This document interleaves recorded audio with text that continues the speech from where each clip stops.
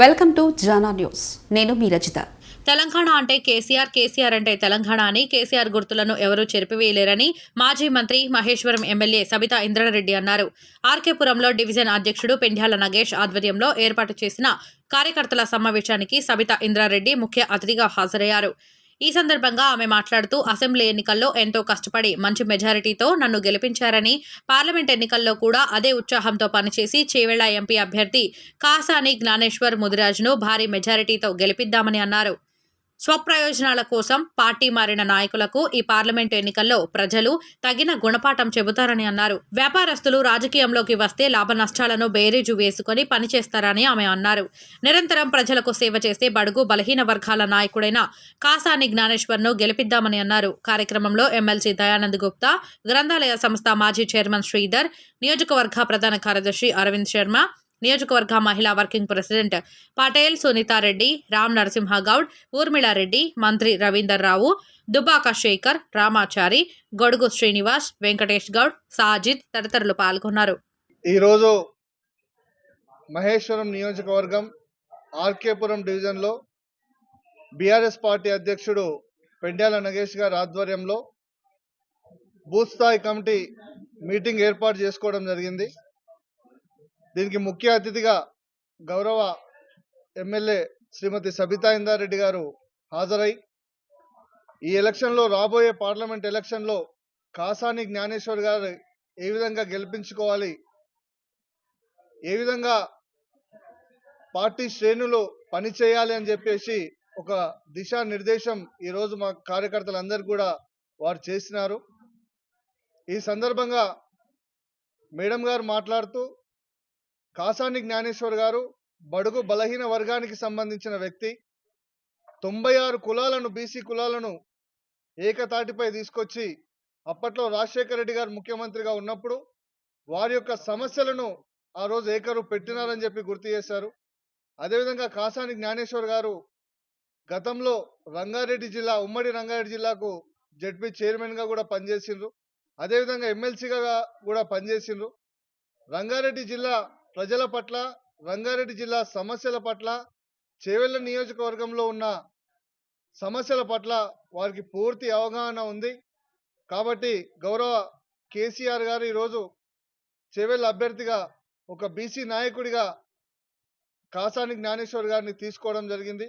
ఖచ్చితంగా సబితా ఇంద్రారెడ్డి గారి ఆధ్వర్యంలో, నాయకత్వంలో మహేశ్వరం నియోజకవర్గంలో మొన్ననే చూసినాం మనం అసెంబ్లీ ఎలక్షన్లో ఏ విధంగా అయితే మెజారిటీ వచ్చిందో బీఆర్ఎస్ పార్టీకి. ప్రతి ఒక్క బూత్లో కూడా ఈ మహేశ్వరం నియోజకవర్గంలో ఖచ్చితంగా మెజారిటీ తీసుకొని వచ్చి కాసాని జ్ఞానేశ్వర్ గారిని అత్యధిక మెజారిటీతో గెలిపించేలాగా ప్రతి ఒక్కరం కూడా ప్రయత్నం చేస్తామని చెప్పేసి ఈ విధంగా తెలియజేసుకుంటూ, అదేవిధంగా ఈరోజు మనం చూస్తూ ఉన్నాం, కాంగ్రెస్ పార్టీ 2019లో రంజిత్ రెడ్డి గారిని గెలిపిస్తే ఈరోజు అతను కాంగ్రెస్ పార్టీ నుంచి పోటీ చేస్తూ ఉన్నారు. అదేవిధంగా 2014లో కొండా విశ్వేశ్వర రెడ్డి గారిని బీఆర్ఎస్ పార్టీ నుంచి గెలిపిస్తే ఆయన కూడా ఈరోజు బీజేపీ అభ్యర్థిగా మా ముందుకు వస్తూ ఉన్నాడు. నేను వాళ్ళిద్దరిని కూడా అడుగుతా ఉన్నా, అసలు మీకు ఓట్లు అడిగే హక్కు ఉందా? గతంలో ఎంపీలుగా ఉండి, అధికార పార్టీలో ఉండి మీరు ఏం అభివృద్ధి చేసిండ్రు? ఈరోజు మళ్ళీ అధికార పార్టీకి పోయి ఏం అభివృద్ధి చేద్దామని చెప్పేసి మీరు మా ప్రజల ముందుకు వచ్చిరని చెప్పేసి వాళ్ళకు ఈ విధంగా సవాల్ చేస్తూ ఉన్నా. ఈరోజు ఖచ్చితంగా మహేశ్వరం నియోజకవర్గంలో సబితా ఇంద్రారెడ్డి గారు చేసిన అభివృద్ధి తప్ప ఏ ఒక్క నాయకుడు కూడా ఈ ప్రాంతాన్ని అభివృద్ధి చేయలే. ఈరోజు ఆర్కేపురం సరూర్నగర్ డివిజన్లో తీసుకుంటే గతంలో ఉన్న ఎంపీ గారు ₹1 నిధులు కూడా ఈ ప్రాంతానికి కేటాయించలే. ఈరోజు వాళ్ళు మా ముందుకు వచ్చి ఓట్లు అడుగుతా ఉన్నారు. రాష్ట్రంలో కాంగ్రెస్ పరిస్థితి ఏ విధంగా ఉందో మనం చూస్తూ ఉన్నాం.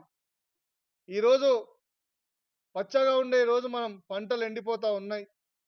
ఈరోజు ముఖ్యంగా మహానగరాల్లో నీటి యొక్క ఎద్దడి, అదేవిధంగా కరెంటు కష్టాలు మేము చూస్తూ ఉన్నాం. గత పాలనలో కేసీఆర్ గారి ప్రభుత్వం ఏ ఒక్క రోజు కూడా, ఏ ఒక్క నిమిషం కూడా కరెంటు పోకుండా ప్రతిరోజు నీళ్ళు అందించిన ఘనత కేసీఆర్ గారు దక్కింది. ఈరోజు చూస్తూ ఉంటే ప్రతి గంటకోసారి కరెంటు పోయే పరిస్థితి నెలకొంది. మళ్ళీ జనరేటర్లు ఆన్ చేసుకునే పరిస్థితి ఈరోజు కాంగ్రెస్ ప్రభుత్వం రాష్ట్రంలో తీసుకొచ్చింది. 6 గ్యారంటీల పేరు మీద 60 రకాల మోసాలను ఈరోజు కాంగ్రెస్ ప్రభుత్వం చేస్తూ ఉంది. ఖచ్చితంగా ప్రజలు అప్రమత్తత అయి ఉన్నారు.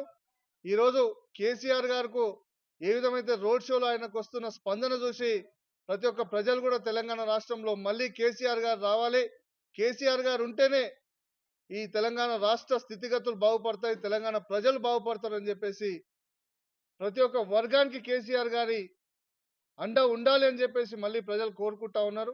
ఖచ్చితంగా రాబోయే రోజుల్లో కేసీఆర్ గారిని మళ్ళీ ముఖ్యమంత్రి చేసుకునే విధంగా ప్రజలు సమ్మద్ధులై ఉన్నారు.